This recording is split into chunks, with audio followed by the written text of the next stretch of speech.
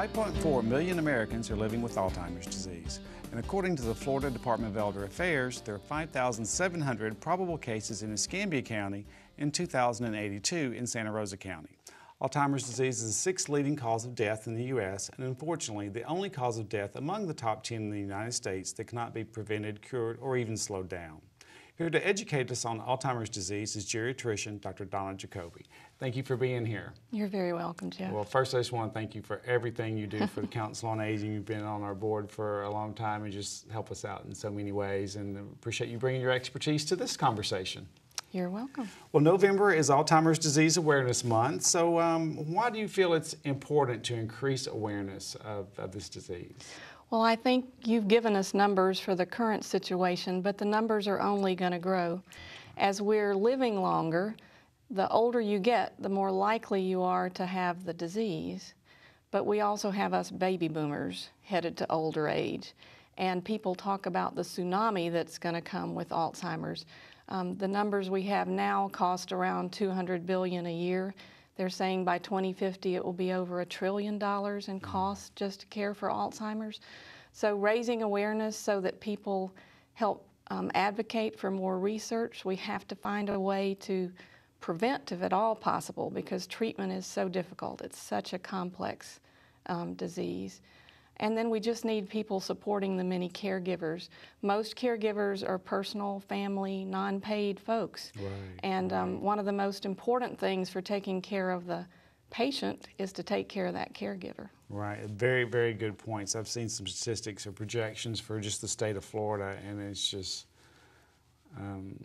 it's alarming. It is. And it's going to be costly, and as you said, with families maybe not having as many children now, or they're maybe not living in the same places. There's a lot of reasons why one particular family caregiver may be struggling with a huge burden.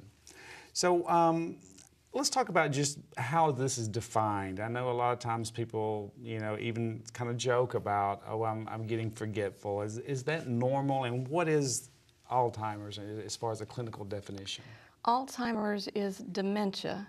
Dementia means that you have a permanent condition that's impaired your memory and other forms of cognition, whether it's concentration, calculation, figuring out how to use things, to plan things in space, your reasoning. Different areas of cognition are infected, and it's bad enough that it's affected your daily life. You can't function as you normally would. Alzheimer's is still felt to be the most common of the dementias. Sometimes it's overlapping, coexisting with ones that are vascular dementias related to history of diabetes, hypertension, maybe some small strokes in the past. You think of the Alzheimer's patient as having the long, slow, steady decline. It can be anywhere from 2 to 20 years.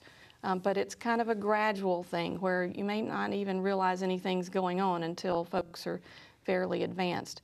Whereas with the vascular dementia, it's more of a stair-step sort of a change, and people may reach a point and never get any worse. They're just kind of frozen at that level. There's some more uncommon types of dementia with personality change more than memory, maybe some Parkinson's-looking features, but Alzheimer's is the most common. And as far as when it's normal aging and when it's dementia, that's a hard question to answer. The joke is the people who lose their keys and remember they've lost them and eventually find them are probably normal aging.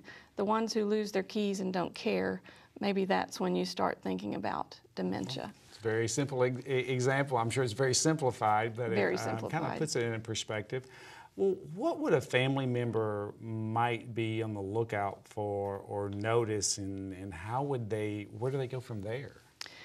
There are good resources out there to help you look for early clues, but I think when someone is having more difficulty with their day-to-day task, you find that they're asking for directions again, they're needing more reminders, they're making lists when they used to not be a list maker, trying to simplify their lives because it's harder to do more complicated tasks.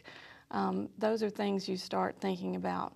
for someone who's living alone to kind of check behind and make sure they are managing their meds, they are managing their finances, that the food in the refrigerator is fresh and not old. A friend recently told me of going to visit his mother out of state and finding months' worth of bills stacked on the table. Things that they could handle in the past that are overwhelming them now. They're getting more frustrated with handling. Sometimes depression is an early clue, and I just raise that as an awareness. Well, I know you also serve on our advisory council for our Adult Day Healthcare Center, which obviously provides a respite environment for the caregiver as well as a safe environment for the participant. Tell us a little bit about your experience being involved with that Adult Day Healthcare Center, what you've seen and what it offers. I think it's one of our best kept secrets in the community. I take medical students there to visit, and when I took my education director from Tallahassee, she asked them to compare the clients there to ones they were seeing in assisted living, more so than nursing home. And they may have the same degree of disability or functional impairment, but their quality of life, to think that they have a busy day there with their peers, full of activities, good meals, snacks, exercise, just a very filled day with caring staff that do have extra training in regards to managing some of the behavior issues with dementia, and then they go home to their family nights and the weekends. Well, that's important to, they're still in that home environment. It's a daytime location. Right. Are caregivers typically going to work, or are they just maybe a 24/7 caregiver that needs a break a couple of days a week? What do you see? I think it can be used for both purposes. They try to extend the hours, I think 7:30 in the morning to 5:30 at night, hoping people can drop folks on the way to work and back. But there are people that do just use it for a day a week, the day to go do the shopping and get your own hair appointments and your doctor visits in. It gives the caregiver a break. So I think the staff's very flexible as to how much time you spend there, whether it's 5 days a week or just periodically. I'll tell you what, I still marvel at the new expansion that the Home Builders Association and Lowe's did with the new improvement to the building and in the backyard and everything.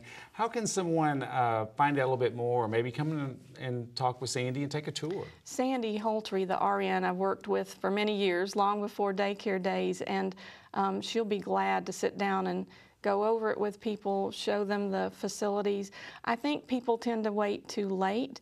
If you're already to the point where that loved one doesn't want to be out of your sight, then you've waited too long. You need to have a place where they feel safe with other people, or that one-on-one caregiving will burn out. Great advice. So we'll appreciate you being here, and thank you very much. You're very welcome.